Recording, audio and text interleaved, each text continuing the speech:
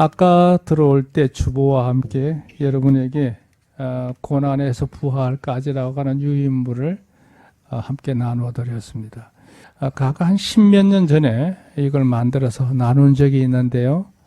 이게 이제 여러분 가정에 없을 것 같아서 노파심으로 또 만들었습니다. 특별히 뭐 보완한 건 없고요. 그냥 그대로 인쇄했는데요. 중요한 거는 특히 예수님의 이 마지막 한 주간 그리고 부활 이후에 일어난 일들을 일목요연하게 그 시차가 진행되는 순서를 따라서 만든 거니까요. 이게 필요합니다.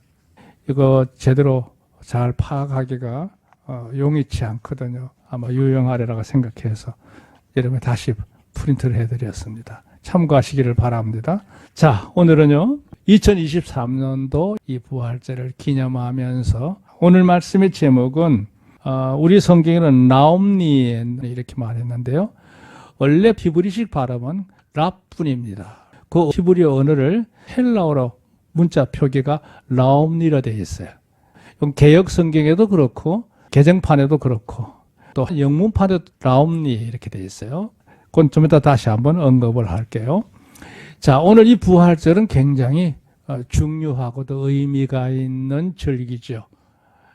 간단한 그냥 연례 행사로 지나가는 절기가 아닙니다. 만약에 우리에게 부활절이 없다면 우리는 하나님을 섬기는 큰 의미가 없어요. 물론 일반적인 기복신앙처럼 그렇게 하나님을 섬기는 수단이라면 모를까 정말 우리가 성경에서 말하는 본래적인 그런 엄청난 축복성은 없는 거지요. 근데 부활이 있음으로 해서 이 모든 것들이 가능해졌습니다. 참 중요한 겁니다. 그런 의미를 우리가 좀 언론적인 측면에서라도 이걸 제대로 깨달는 게 중요하다 여겨져서 다시 한번 이 말씀을 되새김하는 겁니다. 자, 여기 첫 번째 문단에 이렇게 얘기했어요. 사람에게 있어서 험난하기 이를 데 없는 생애 그랬어요. 인생살이를 논한다고 하면 뭐 사람들이 생각하는 사고방식에 따라 여러 가지로 논할 수 있겠지만 저는 그렇게 생각합니다. 참 인생의 삶은 굴곡이 많다. 제가 최근에 이제 기도를 하면서 제가 태어나서 지금까지 살아온 가정에 대해서 연도별로 쭉 정리를 해나가면서 한번 정리를 해보고 있습니다. 어떤 것은 참 고달픔이 많았던 한 해도 있었고 위기도 있었고 여러 가지 많은 것들이 있더라고요. 참 인생의 삶이 험로구나 그런 생각을 했어요. 그래서 여기 보면 험난하기 이를 데 없는 생이다 하는 말은 제가 스스로 자주 섞인 마음으로 그렇게 느꼈던 걸 표현한 말인데요. 그렇습니다. 그냥 마냥 편안하고 행복하고 즐겁고 기쁘고 그렇게 살아간 생애는 아니죠. 돌아보면 우리의 삶은 참 굴곡도 많았고 누가 말하기를 마치 고해와 같은 세상이라 늘 요동치는 바다 위에 항해를 해는 배가 같이 늘 조바심을 내고 살아야 될 수밖에 없는 것이 우리 인생이 아닌가 그렇게 생각합니다.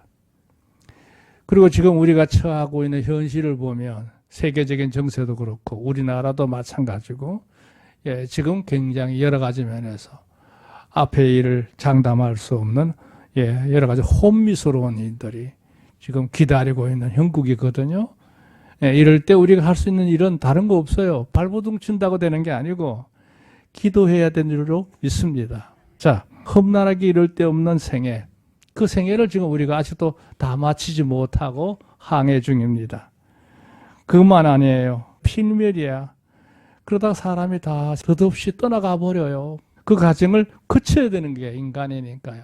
그래서 흔히 말할 때 생자 필멸이라고 그래요. 그것만 있는 게 아니에요. 그 필멸의 터널을 지나가면 인생의 삶이 양갈래로 갈라지는 거예요. 심판이 기다리고 있는 거죠. 이게 인생에 가는 길입니다. 근데 여기에 중요한 거 부제를 달아놨어요. 이건 다 모두가 다 사탄의 결과물이라는 거죠. 사탄이 우리 인생을 꼬드겨가지고 결국 그 미혹에 빠짐으로 인해서 인간이 저지른 잘못에 대한 결과가 그렇게 됐다는 얘기입니다. 근데 중요한 점은 이는 창조주 하나님의 절대적인 주제관계에서 피조물의 영장인 사람이 말이죠. 반드시 지켜야 되는 세 가지. 중심을 바로 지켰어야 되고 질서를 바로 지켰어야 되고 그 명령에 따라 살아야 되는 건데 사탄의 미혹에 빠져가지고 이게 문제가 생긴 거예요. 중심이 이탈해 버렸어요. 하나님 중심으로 살아야 될 사람이 사람 중심으로 살게 된 겁니다. 인생이 그 얼마간의 제한적 삶을 살기 위해서 그냥 철저하게 하나님 외면하고 자기 중심으로 살아봤자 그게 뭐가 있을까? 두 번째, 하나님이 세우신 엄연한 질서가 있는데 그 질서를 인간 자체가요 받아들이지 않았어요. 의심을 하게 되고 왜 그렇게 대한 반항을 한 거죠. 그러니까 자연히 하나님의 명령에 대해서 불순종한 거예요. 그러니까 중심과 이탈, 질서와 불신, 명령과 거역에 이르는 결과 때문에 아까 말했던 인생의 삶이 그렇게 고달프게 진행되다가 생자 필멸이 되고 나중에 걔가 심판에 이르고 마는 이게 이제 인간이 안고 있는 기본적인 문제인 거죠. 이건 이 세상에 어느 누구도 열애가 없습니다. 자, 두 번째가 중요한데 하나님께서 이러한 상태에 있는 우리 인간들의 문제가 근본적인 문제가 왜냐하면 하나님으로부터 불신과 거역으로 인해서 죄인이 된 상태거든요. 흔히 그걸로 인해서 인간은 계속 나락으로 떨어지는 삶을 사는 것이에요. 그러니까 근본적으로 하나님이 해야 될 일은 뭐냐? 이 인간들을 구원하기 위해서는 1차적인 문제, 하나님과 우리 인간 사이에 막혀있는 죄악의 문제를 이걸 빨리 해소시켜야 되는 거예요.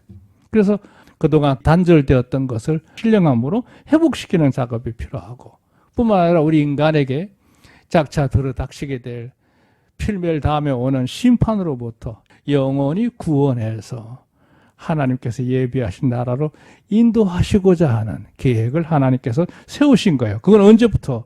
에덴 동산에서부터 그걸 예정하시고 선언하시고 그대로 역사를 이루는 일련의 과정에서 보내신 분이 바로 인간을 대신해서 그 모든 것을 감당하시도록 예수님을 보내신 거 아닙니까? 그 예수님 보내셔서 하신 일이 있죠. 인간의 몸을 덧입게 해서 성육신하게 하셨고 또 인간의 모든 죄를 다 대신해서 갚는 대속물이 되게 하기 위해서 지난주 우리가 지켰던 고난주간 십자가를 지시는 사건이 벌어지게 되고 이제 그러다가 오늘 예수님께서 부활하심으로 인해서 이 모든 역사적인 문제가 판도가 완전히 바뀌어버린 겁니다. 할렐루야. 이거는 성경에 있는 언론 그대를 지금 제가 딱딱하게 좀 설명하고 있는데 그대로 믿으시면 아멘.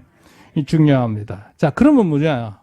지금부터 우리가 해야 될 일이 있습니다. 우리 할 일이 있습니다. 여기 그랬죠? 그리하여 누구든지 죄인된 자로서 내가 죄인이란 사실 하나님과 관계에서 소홀히 할 뿐만 아니라 떨어져 있던 관계를 회개하는 겁니다. 하나님의 뜻에 맞지 않는 삶을 살았던 그 모든 삶, 의식, 생활 방식 모든 것 다 회개함이 필요합니다. 그리고 이 문제를 근본적으로 해결해 주실 수 있는 대속자, 구주는 예수님이라는 사실에 대해서 확실히 인식하고 인정하고 영접하는 단계가 필요하죠. 그리고 예수님의 구원을 통해서 난 이 모든 문제가 근본적으로 해결됐다고 하는 대속의 확신을 우리가 가지게 될 때 세 가지 역사가 일어나요. 첫째, 내가 거듭나요. 내 영혼이 하나님 앞에 새로 등록된 자로 다시 태어나는 겁니다. 그리고 내 신분이 하나님의 자녀로 바뀌게 되고 내게는 하나님에 들어가 살 수 있는 영생권이 동시에 주어지는 줄로 믿습니다. 그런데 이렇게 많은 얘기를 하는 과정에서 그 모든 마지막 마무리가 뭐냐? 예수님의 부활이에요. 예수님의 부활이 없다면 제가 이제까지 열거했던 그 모든 것들 다 헛된 거예요. 근데 예수님의 부활이 있음으로 인해서 이게 완성이 된 겁니다. 그러니까 이 부활절이 우리에게 얼마나 소중한 거예요. 물론 성탄절도 귀중한 절기이긴 합니다만, 예, 그보다 더 중요한 마무리는 부활절이다. 이렇게 말하고 싶어요. 그래서 어떤 이들은 평생을 예수님의 부활을 찬양하면서 사는 이들도 있어요. 예, 그만큼 부활이 큰 거다는 거죠. 자, 여기 우선 오늘 본문을 논하기 전에 예수님의 부활의 사실성에 대해서 우리가 먼저 다시 한번 되새김하는 게 좋겠다 느껴서 여기에 쭉 넣어놨어요. 이걸 참 중요합니다. 예, 여기 보세요. 하나님의 아들이 되시는 예수님께서 이 세상에 구주로 오셨다는 사실은 분명히 큰 사건이죠. 성탄절이 큰 사건이에요. 그러나 그 모든 것의 끝마무리, 진정한 마무리, 완성은 부활이라는 거죠. 이 대목이 중요한 말이에요. 예수님이 친구로 오셨다? 다 좋아. 목자로 오셨다? 다 좋아요. 그러나 중요한 건 나를 구원하시는 분으로 오셔서 그 끝마무리를 안전하게 새로운 모습으로 변환시킨 분이 바로 예수님이시라는 얘기예요. 이는 예수님의 부활을 통해서 여기 재미있는 표현을 놨어요. 오리무중의 사람의 미래. 앞으로 사람이 이렇게 살다가 세상 살다가 떠나면 어떻게 될 것에 대해서 아는 이가 아무도 없어요. 그야말로 오리무중이에요. 오리무중.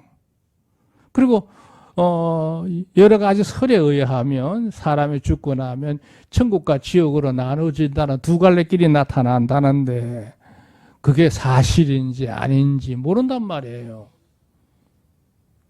그랬던 것인데 거기에 대해서 예수님의 부활이 뭘 제시하느냐? 분명한 해답을 제시하는 겁니다. 분명한 해답.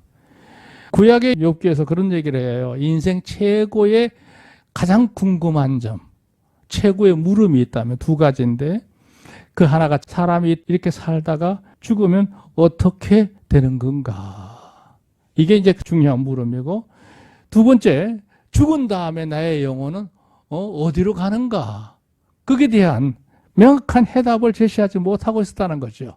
그런데 그 문제가 예수님의 부활을 통해서 분명한 해답이 된 거예요.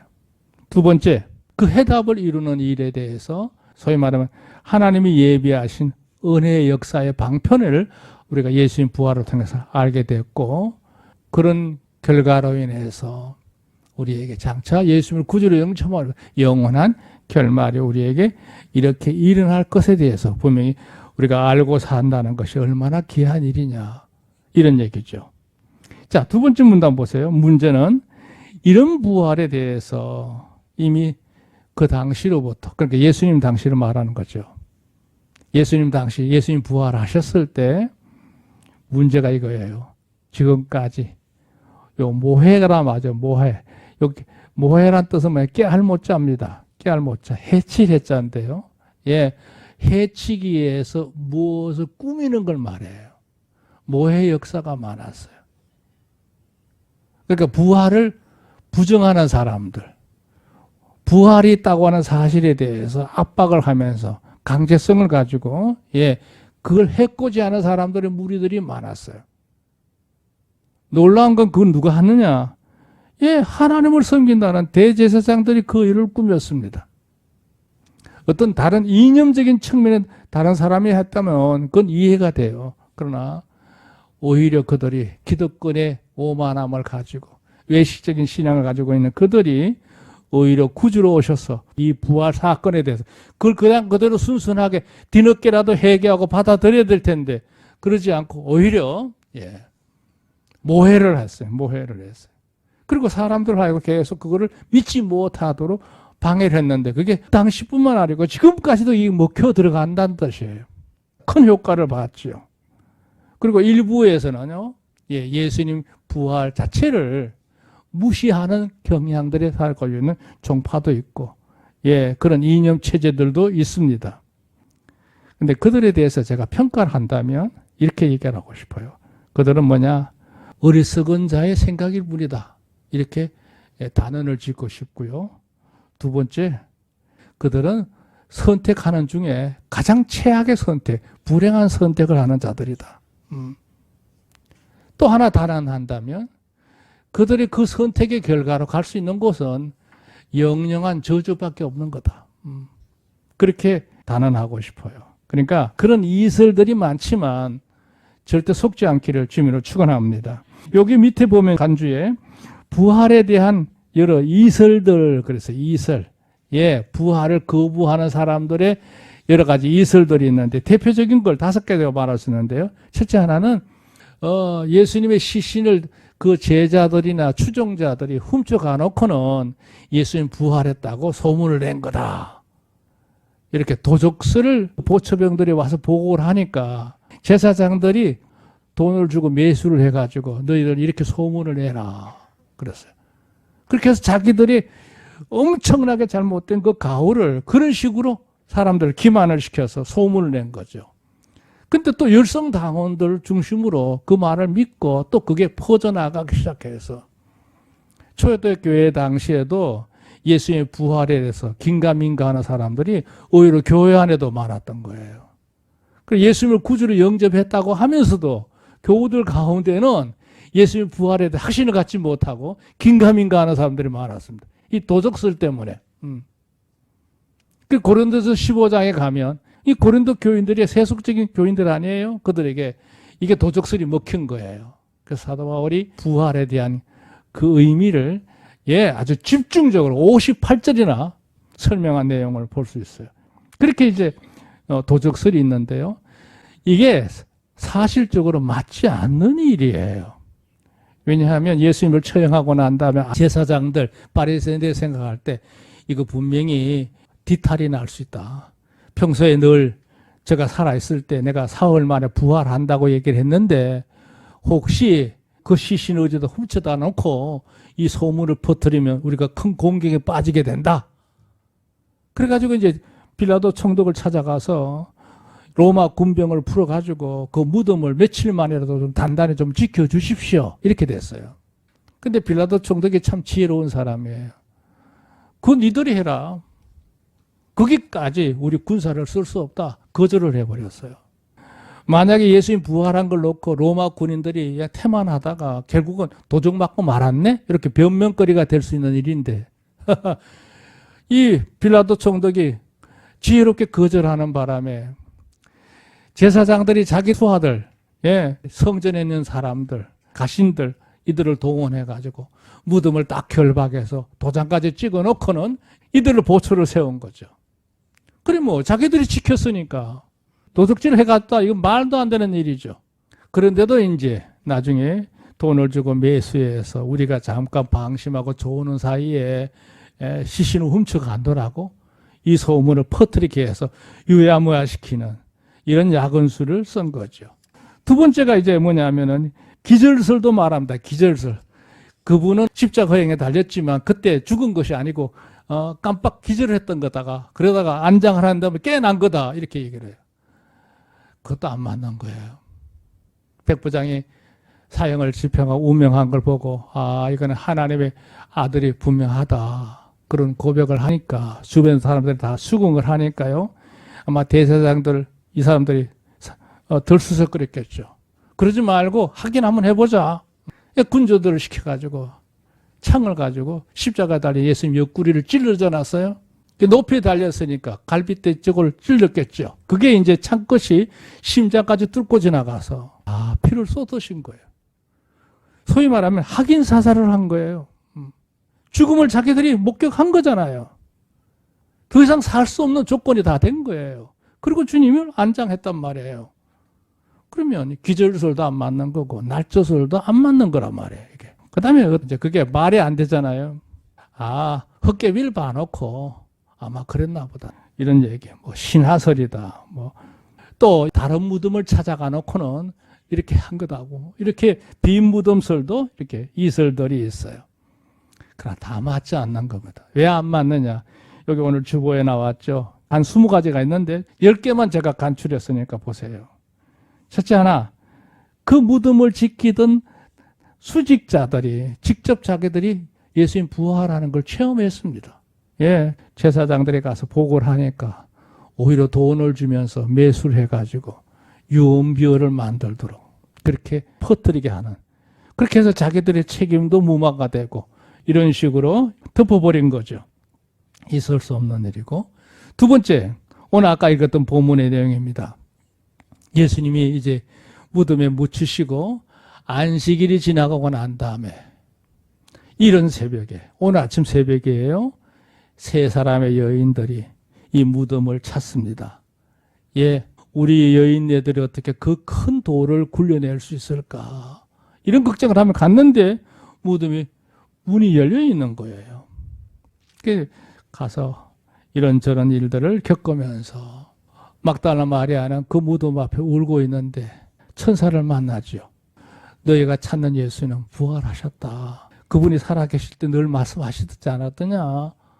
이 사실을 이제 막달라 마리아가 제자들인데 와서 알리게 되고, 그 소식을 듣고 무슨 소리냐고, 그때까지 은신해 있던 이 베드로하고 요한이 말이죠. 무덤을 향해서 달리기를 하지 않습니까?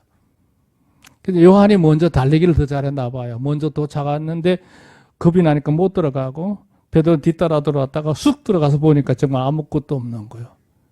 고개를 가업덩거리면서 그들은 내려가고, 또 다시 뒤따라왔던 막달라 마리아가 동산에서 울고 있다가 거기서 주님을 만나게 되는 일이 벌어지죠. 할렐루야. 그럴 때 이제 이 마리아가 인기척이 느껴지니까 무덤을 관리하는 관리인가 싶어서 주님의 시신을 어디 두었는지 제게 말씀해 주시면 제가 모시겠습니다. 울고 있는 거예요. 그래서 부활하신 주님께서 마리아 뒤쪽에서 마리아야, 마리아야. 그때 이제 울다가 주님의 목소리를 듣고 서스라치게 뒤돌아보면서 외쳤던 말이 바로 오늘 이 말입니다. 우리말 라푸니 이렇게 말했어요. 예, 그렇게 한 의도가 있어요. 좀 이따 설명할게요. 그리고 이제 예수님을 만났죠. 부활하신 예수님을 그곳에서 처음 만난 거예요. 첫 정인입니다. 그 예수님 부탁합니다. 이 사실을 빨리 가서 제자들에게 알려주라. 그래서 이 막달라 마리아 그 길로 이제 제자들이 은신해 있는 곳으로 와서 내가 부활하신 예수님을 내가 만났다. 이래가지고 온 난리가 난 거죠. 그날에 이제 다른 여인들도 주님을 길에서 만나게 되고, 엠마오로 내려가던 사람도 예수님과 동행하면서 알게 되고, 또 다른 기록에 보면 그날 당일에 베드로도 주님을 만났다고 나와 있어요. 그리고 막 뒤숭숭한 사이에 이게 어떻게 된 일인가 갈피를 잡지 못하고 그들이 모였을 때, 그날 밤, 오늘 주일 밤이에요. 예. 주님이 그곳에서 나타나셨죠. 그때 제자들은 10명이 모여 있었어요. 도마 외에 다 모였던 거죠. 그래서 주님 부활하신 예수님을 직접 본 거예요. 그 일주일 뒤에 다시 도마가 예수님을 만나는 일이 벌어지죠. 예. 뿐만 아니라 중요한 점은 주님께서 그렇게 해서 40일 동안 여기저기서 현현을 하셨어요. 그러니까 뭐 하루 이틀의 어떤 정상도 아니고, 예, 여기저기 있는 수많은 사람들이 주님을 만나게 되고, 어떨 때는 한꺼번에 한 500명이 넘는 무리 앞에 주님이 현현하셔서 그들에게 새로운 사명을 부여하시는 장면도 있게 되고, 특히 의미가 있는 것은 예수님의 친동생 야고보가 있는데, 이 야고보가 그때까지 예수님을 내 육신의 형님이지 무슨 하나님의 아들이신가 그렇게 받아들였던 그가 부활하신 예수님을 보고 나서 회심을 한 거예요. 그때부터 정말로 하나님의 아들이셨구나. 그 길로 그가 회개하고 예루살렘으로 올라와서 성도들과 함께 살면서 나중에 초대 예루살렘 교회의 대표회장이 됩니다. 그러다가 나중에 이제 순교를 하게 되겠죠. 이런 과정을 밟게 되고, 여러분 잘 아시는 대로 그렇게 겁이 많고 두려움에 떨도 은신해 있던 제자들이 담대하게 용기를 얻고, 그때부터 그들이 이제 모여서 함께 기도하고, 그러다가 이제 오순절 역사가 일어나지 않았습니까? 그리고 이제 나가서 그들이 복음을 전할 때에 회개하고 돌아온 수많은 사람들이 이제 침례를 받고 초대교회를 세워나가기 시작합니다. 더 중요한 것은 이날, 예수님 부활하신 이날을 중심으로 성도들이 모여서 예배를 드리기 시작한 거예요. 토요일 날 유대인의 안식일이 주일로 바뀌어버린 거죠. 오늘날 주일이 바로 예수님 부활하신 날 아닙니까? 우리 일요일이 아니고 주님의 날이야. 그리고 결정적인 거는 이 부활을 증거하는 사람들을 잡기 위해서 늘 혈안이 되어 있던 그들의 아주 앞접이죠. 예. 열심당원이었던 사울이 성도들 잡으러 가다가 그 다메섹 도상에서 부활하신 예수님을 만나게 됩니다. 그러니까 그가 그 엄청난 환상을 통해서 결국 회개하게 되고 예수님을 구주로 영접하고 그 이후부터 부활하신 예수님에 대해서 증거하면서 교회를 세워나간 것이 초대교회 시대입니다. 할렐루야. 이 모든 것 다 예수님 부활이 사실이었다는 것을 증명하는 거죠. 자, 마지막 결론입니다. 그게 뭐냐? 오늘 아까 읽었던 우리 본문 저 18절까지 진행된 내용을 보면 막달라 마리아가 예수님을 만나서 부활의 첫 증인이 되는 엄청난 일이 벌어져요. 어떻게 그런 일이 가능했는지 그 의미를 우리 성도들이 함께 누리기를 바랍니다. 여기 제가 간략하게 소개를 했습니다. 이 막달라 마리아, 막달라라는 말은 동네 이름이고요. 그 마리아는 그 아주 유대나라의 흔한 이름인데 구약식으로 말하면 모세의 누나였던 미리암이 마리아입니다. 예, 성경 우리 신약 성경에 마리아라는 이름으로 나오는 이름이 예수님 모친도 마리아하고 예수님의 제자였던 야고보의 모친도 마리아하고 여기 나오는 막달라 마리아도 있고 또 나사렛 동생 또 마리아도 있고 여러 종류의 마리아가 있어요. 뭐 그건 중요하지 않습니다. 자, 여기 보세요. 예수님의 부활의 첫 번째 증인이 되었다는 사실이 영광스럽지 않습니까? 또 막달라 마리아는 평범한 여인이 아닙니다. 누가복음 8장에 보면 그는 7 귀신이 들렸던 옛날에 사기가 들려서 형편없었던 여인이었어요. 그랬던 여인을 예수님께서 귀신을 내쫓아버린 거예요. 할렐루야. 근데 문제는 이때 귀신의 내쫓김을 받은 이후부터 막달라 마리아는 그때부터 주님의 일행을 뒤따르면서 다 수발을 든 겁니다. 그야말로 평생을 헌신한 여인이에요. 어디까지 했느냐?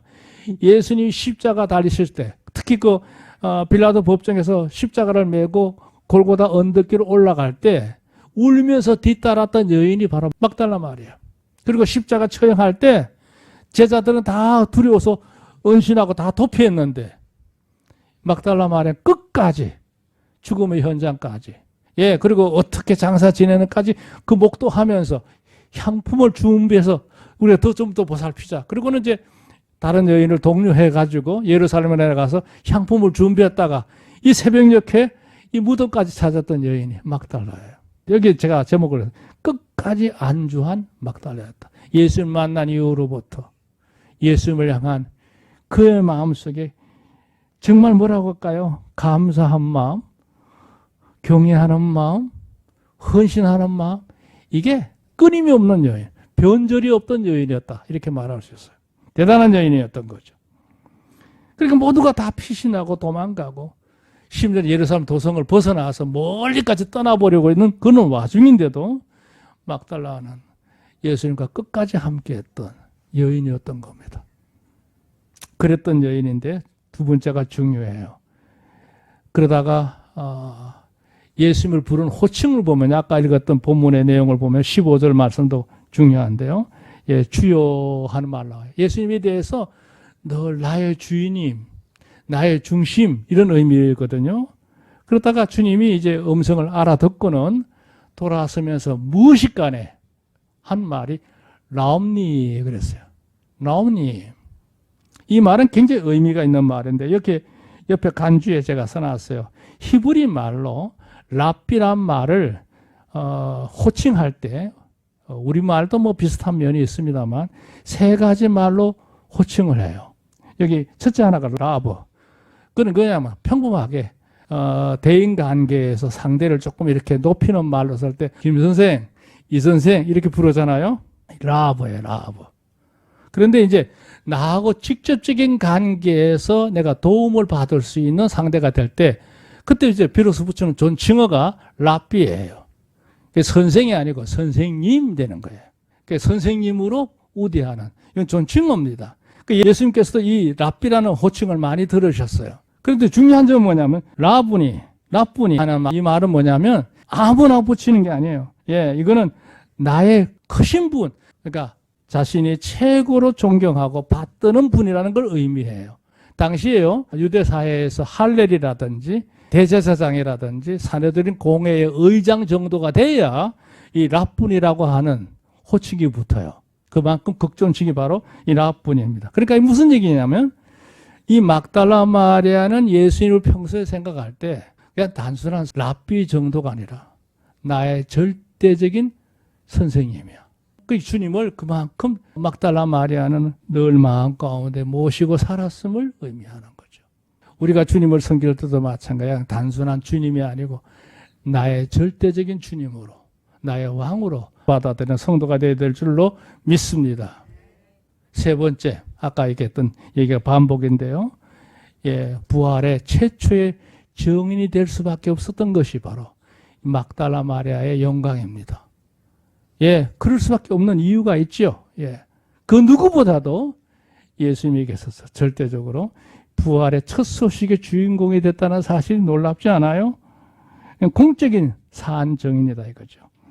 그러니까 최초로 만났고, 예, 부활의 소식을 증거하는 증거자가 됐고, 그리고 산증인이죠.